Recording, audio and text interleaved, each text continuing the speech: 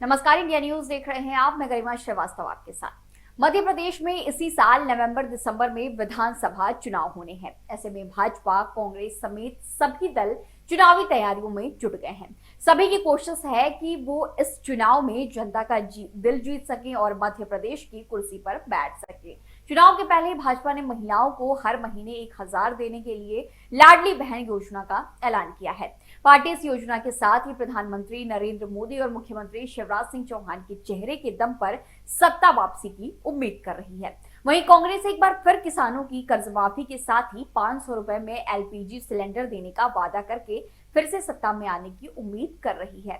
अब आम आदमी पार्टी भी भोपाल में फ्री बिजली की घोषणा करके राज्य में चुनावी बिगुल बजा चुकी है। पहले मध्य प्रदेश में चुनाव कांग्रेस और भाजपा के बीच ज्यादा खास होता था, ज्यादा अहम था, लेकिन अब इस चुनाव में आम आदमी पार्टी कूद पड़ी है। बीते 5 साल में ये राज्य 2 सरकारें देख चुका है। 2018 में आए चुनाव नतीजों के बाद राज्य में 15 साल बाद कांग्रेस ने सरकार बनाई। कमलनाथ राज्य के मुख्यमंत्री बने। हालांकि राज्य की कमलनाथ सरकार 15 महीने तक ही चल सकी। 15 महीने बाद एक बार फिर राज्य में भाजपा की सत्ता में वापसी हुई। आइए आज आपको बताते हैं कि राज्य में बीते 5 साल में हुए सियासी उठापटक के बारे में क्या कुछ है, क्या कुछ स्थिति है मध्य प्रदेश में, और जो हालिया जो हालात है मध्य प्रदेश के वो क्या कुछ है, कैसे हैं मध्य प्रदेश की जो सियासत है वो इस वक्त कैसी है, और आगे आने वाले जो विधानसभा चुनाव होने वाले हैं उसमें पार्टियां कैसे अपना दमखम दिखा रही हैं। मध्य प्रदेश में पिछला विधानसभा चुनाव कई मायनों में बेहद रोमांचक था। 230 सदस्यीय विधानसभा में कांग्रेस को बहुमत से 2 कम 114 सीटें मिली थी। वहीं भाजपा 109 सीटों पर आ गई। हालांकि ये भी दिलचस्प था कि भाजपा को 41% वोट मिले, जबकि कांग्रेस को 40.9% वोट मिले थे। बसपा को 2 जबकि अन्य को 5 सीटें मिली। नतीजों के बाद कांग्रेस को बसपा, सपा और दूसरे का साथ मिलकर सरकार बनाया गया। इस तरह से राज्य में 15 साल बाद कांग्रेस के नेतृत्व में सरकार बनी और कमलनाथ मुख्यमंत्री बने।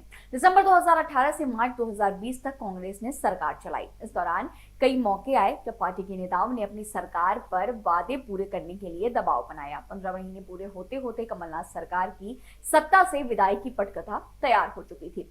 2-3 मार्च की रात अचानक मध्य प्रदेश के कई विधायक गुड़गांव के एक होटल में शिफ्ट हो गए। मामला बिगड़ता देख दिग्विजय सिंह, उनके मंत्री बेटे जयवर्धन सिंह, जीतू पटवारी डैमेज कंट्रोल में जुट जाते हैं। पटवारी और जयवर्धन भी उसी होटल में पहुंच जाते हैं जहां बागी विधायक जमा हुए थे। कांग्रेस की कोशिश थी कि हालात न बिगड़े, लेकिन समय नहीं बचा था। 5 मार्च 2020 को मध्य प्रदेश के सियासी टॉर्मे का केंद्र बैंगलोर हो गया। 2 हफ्ते के भीतर यहां बागी विधायकों की संख्या बढ़ते बढ़ते 22 पहुंच गई। इस बीच 10 मार्च 2020 को कांग्रेस के दिग्गज नेता ज्योतिरादित्य सिंधिया अचानक प्रधानमंत्री नरेंद्र मोदी और भारतीय गृह मंत्री अमित शाह से मिलने दिल्ली आ गए। इस मुलाकात के बाद उन्होंने कांग्रेस पार्टी से इस्तीफा दे दिया। अगले दिन यानी 11 मार्च को सिंधिया ने भाजपा अध्यक्ष जेपी नड्डा की उपस्थिति में भारतीय जनता पार्टी का दामन थाम लिया।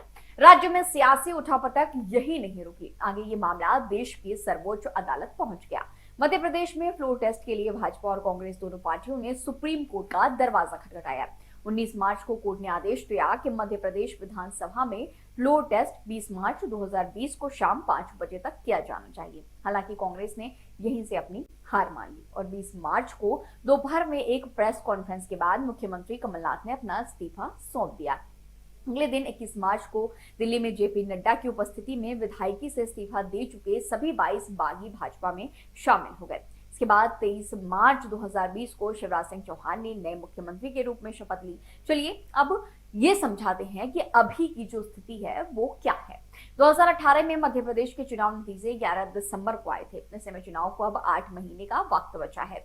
इस चुनाव में भाजपा के सामने अपना गला बचाने की चुनौती होगी। वहीं कांग्रेस 2020 में सत्ता से बेदखल होने का कसक दूर करना चाहेगी। युवाओं की नाराजगी दूर करने की कोशिश रहेगी। राज्य में रोजगार जैसा मुद्दा भाजपा की परेशानी का सबब बन सकता है। यहाँ पिछले चुनाव के बाद लगभग 3 साल तक भर्तियां आरक्षण के मुद्दे पर अदालतों में रुकती रही हैं। इसके कारण राज्य में आए दिन बेरोजगार धरना प्रदर्शन करते हैं और कांग्रेस इनका साथ देते हैं। हालांकि दोबारा भर्तियां शुरू करके सरकार युवाओं के गुस्से को शांत करने की कोशिश में है। चयनित शिक्षकों का मुद्दा इसमें सबसे ज्यादा अहम था। मुख्यमंत्री शिवराज सिंह चौहान ने ऐलान किया कि अगस्त 2023 तक 1 लाख युवाओं को सरकारी नौकरियां दे दी जाएंगी। वहीं चयनित शिक्षकों की भी भर्तियां तेजी से होने लगी और लगभग अब सभी चयनित शिक्षक जो 2018 में चयनित हुए थे उनकी भर्ती लगभग हो चुकी है। दूसरी ओर आदिवासी और महिला वोटरों को अपनी ओर लाने की कोशिश भी भाजपा कर रही है। कांग्रेस सड़कों पर उतर रही है। आपने भी चुनावी बिगुल फूंक दिया है। आगे और क्या कुछ होगा, आपको ऐसी तमाम रिपोर्ट्स के माध्यम से हम मध्य प्रदेश की राजनीति की पूरी जानकारी लगातार विस्तार से देते रहेंगे। बने रहिए इंडिया न्यूज के साथ। धन्यवाद।